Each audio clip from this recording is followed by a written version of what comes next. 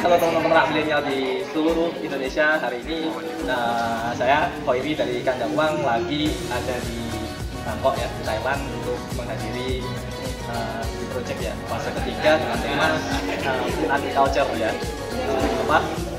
Nanti banyak belajar ya, baik itu secara teori ataupun praktek di lapangan. Nanti yang penting ikutin aja video-video kami selanjutnya. Oke, let's go.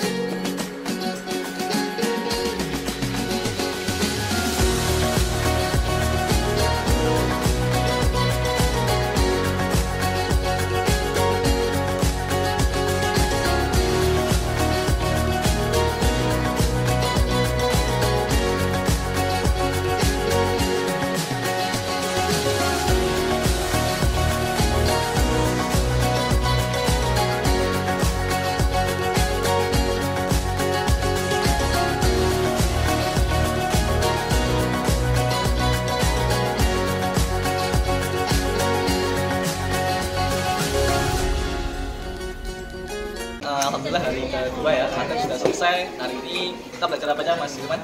Jadi hari ini kita belajar tentang green agriculture. Nah, green agriculture ini kita sudah tahu karena tadi pagi sudah dipaparkan dari semua negara yang ada di sini kebijakan green agriculture di setiap negara seperti apa gitu. Dan di sesi siang juga kita udah belajar untuk mengidentifikasi tentang penerapan green agriculture teknologi yang jadi bagaimana kita mengadopsi atau memulai konsep yang harus kita bangun untuk memulai teknologi baru. Tadi kita pelajari ini harus bisa kita. Jadi mulai dari kita punya mimpi, ide apa, atau mungkin apa sih spesifik teknologi yang mau kita bangun, yang mau kita adopsi. Kemudian kita harus menentukan atau mengidentifikasi sumber daya yang kita miliki apa saja. Kemudian define, kita mengidentifikasi gap atau permasalahan yang ada. Kemudian kita mengukur apakah layak untuk bisa kita terapkan, seberapa jauh, berapa persen. Kemudian baru terakhir kita membuat action plan atau memperoleh solusi.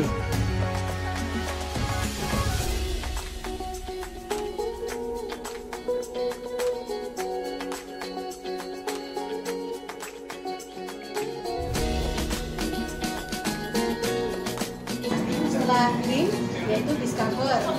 Itu bagaimana kita mengidentifikasi sumber daya yang kita punya, kita apa saja.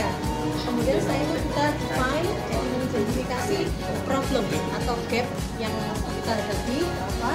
Baru setelah itu kita menghitung, mendesain atau memutuskan apakah teknologi itu feasible or not, feasible atau tidak, seperti itu. Jadi dibandingkan dari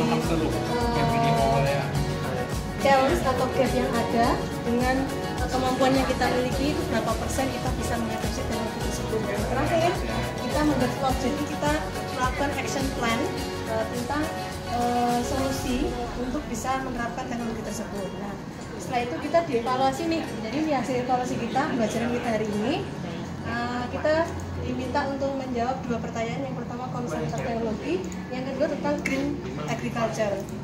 Ada 4 kunci di sini, yaitu less chemical, less cost, less energy use, dan less adverse impact.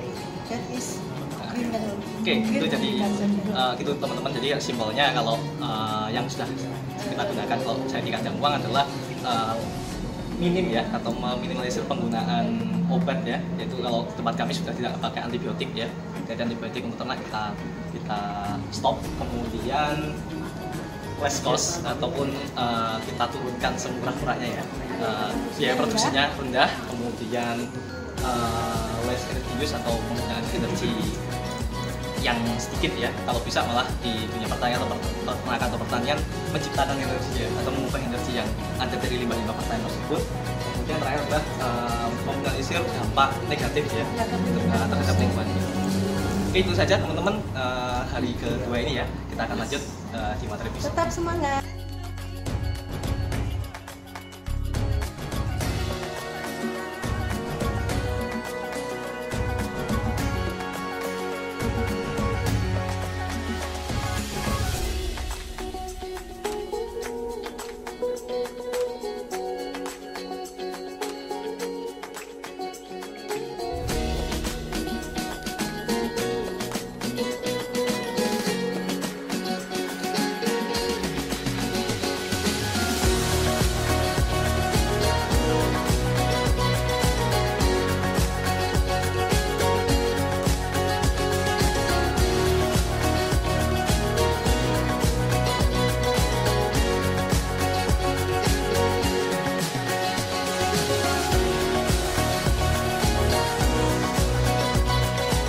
Ya, oke teman-teman, pertandingannya hari ini hari ketiga ya, hari Rabu tanggal 19 Februari. Kita belajar dari pagi sampai larut ini ya, sampai sore banget, sudah mau 1 jam. Ngapain aja Mas Hilman hari ini? Oke, jadi hari ini kita sudah dapat kesempatan materi dari narasumber kita tentang sufficiency ekonomi. Nah, sufficiency ekonomi ini apa sih sebetulnya? Sufficiency ekonomi ini adalah suatu konsep tentang bagaimana perekonomian itu bisa berdaulat ya, jadi bisa memenuhi kebutuhan sendiri dari aplikasi atau dari penerapan strategi pertanian. Dan teori ini itu sudah diaplikasikan di Thailand dan diinisiasi dari Raja Rama. Nah, setelah berpuluh-puluh tahun yang lalu diaplikasikan dan sekarang diperkenalkan kepada kita semua, karena kita pun jujur baru tahu ya tentang prinsip ini. Dan sebetulnya menarik, prinsip ini bisa diterapkan di negara manapun, khususnya di Asia Tenggara, karena kita punya geografis yang sama dan kita punya potensi pertanian juga yang begitu besar, sehingga penerapannya pun bisa dilakukan di manapun. Dan sore ini tadi kita sudah melakukan workshop, jadi kita menentukan lokasi di salah satu lokasi yang kemarin kebetulan salah satu program Red Sea di Desa Baula, Kecamatan Baula, Kabupaten Kolaka, Provinsi Sulawesi Tenggara. Jadi kita menganalisis beberapa kondisi di sana, kemudian apa yang bisa kita lakukan dan harus kita lakukan di sana, mulai dari kita berkonsolidasi dengan petani dan local government, kemudian kita menganalisis sumber daya yang dimiliki apa saja, kemudian kita menguatkan kapasitas kelompok tani, dan kemudian juga pendampingan, melakukan pelatihan, memprogramkan pelatihan, dan juga mungkin kita merekomendasikan untuk melaksanakan sistem pertanian terintegrasi. Jadi di sana banyak air, kemudian juga lahannya juga tersedia sangat luas, sehingga kita merekomendasikan untuk melakukan konservasi, salah satunya dengan menanam refugia untuk mengatasi hama penyakit yang ada di sana, dan juga tanaman pisang sebagai tanaman yang menyimpan air seperti itu. Hari ini banyak belajar. Ya, oke teman-teman, penjelasannya. Jadi pada intinya setiap apapun yang akan dikerjakan ya, dan karya diciptakan harus ada desainnya, ini harus didesain, direkayasa sedemikian rupa yang kalau dalam sistem pertanian ya, agriculture, kunci utamanya adalah air. Makanya dalam SEP ya, atau tadi yang dijelaskan oleh Mas Hilman, maka yang pertama dibangun adalah embung-embung ataupun wadah-wadah untuk menampung air hujan, seperti itu. Kemudian barulah ketika air hujan sudah terkumpul, sudah ada sumber air, baru bisa ditanam. Kalau di peternakan ya kita tanam pakan dan sebagainya, agar ketika berternak itu sudah siap pakannya ya, karena sudah kita tanam, airnya juga ada sepanjang tahun, jadi aman dan juga bisa berdaulat terhadap ketahanan kedaulatan pangan ya yang ada di Indonesia.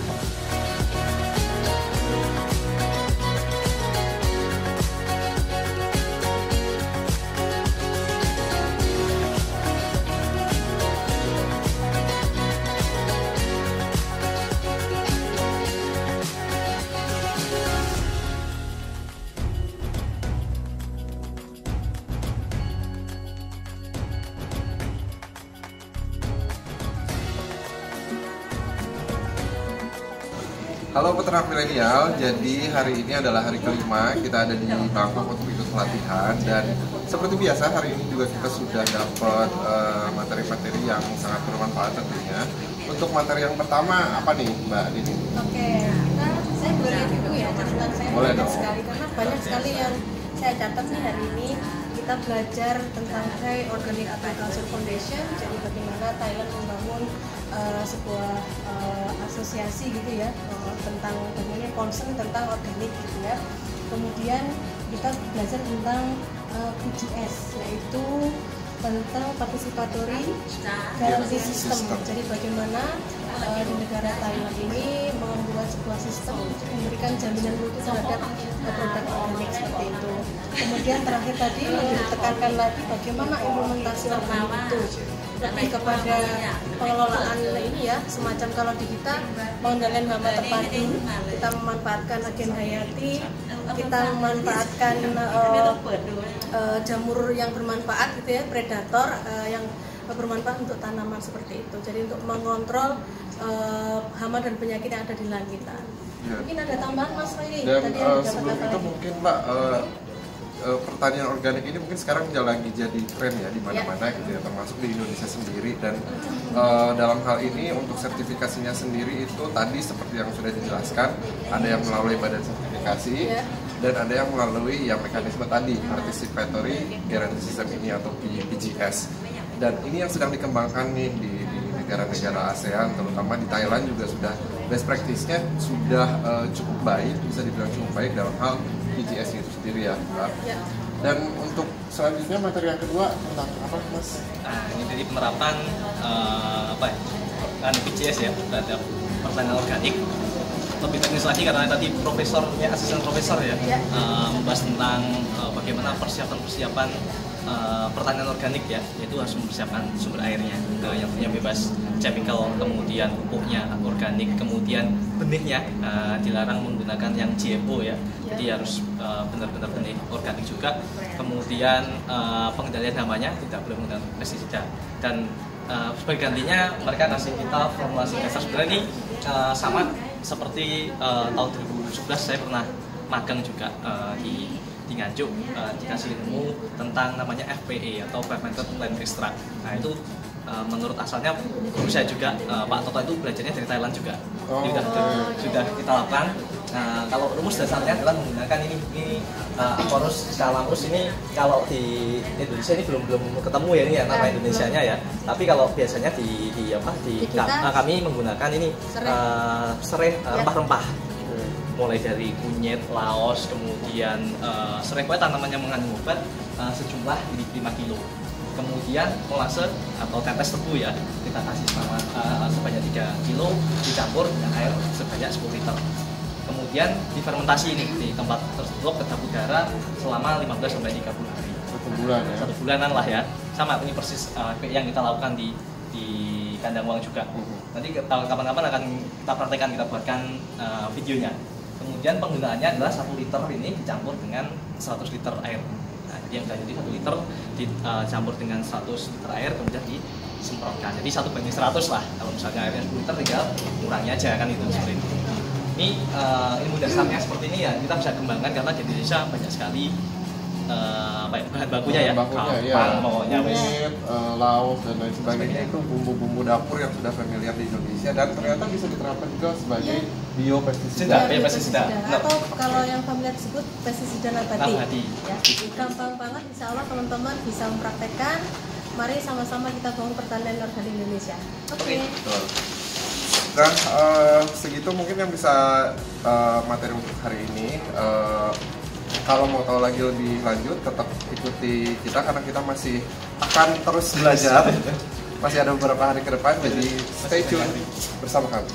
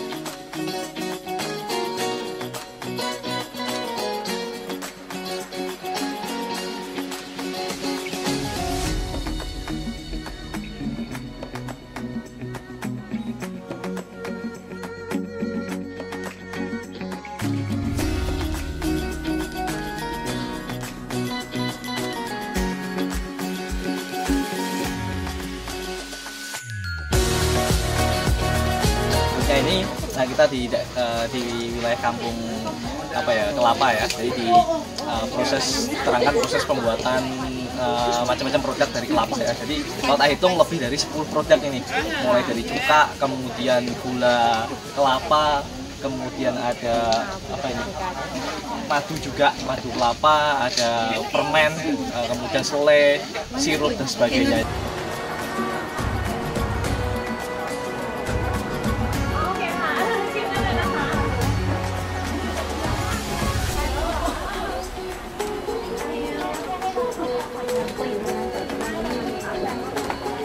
Ya.